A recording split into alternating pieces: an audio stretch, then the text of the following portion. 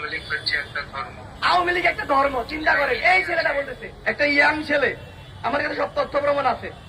Young ছেলে আসলো, এই যে ভিডিও আছে, সে আইসা প্রথমে বললো সে সাধারণ মানুষে কেউ না, সে কোনো কিছুই করে না, সে শুধু বঙ্গবন্ধুকে ভালোবেসে এসেছে।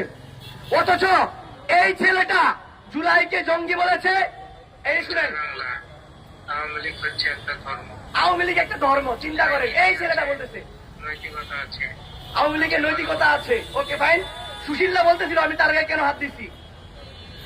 আজকে পুলিশ হত্যা দিবস।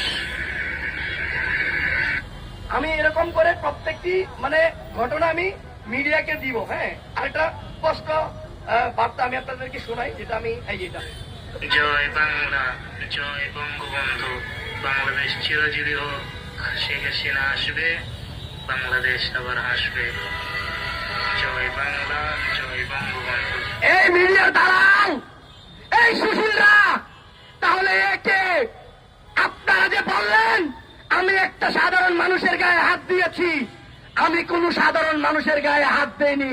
আমি হাত দিয়েছি যে জুলাই গণ অভ্যুত্থানকে কটাক্ষ করেছে, যে শহীদদেরকে গালাগালি করেছে, যে বর্তমান প্রধানমন্ত্রী তারেক রহমানকে যার সন্তান বলেছে।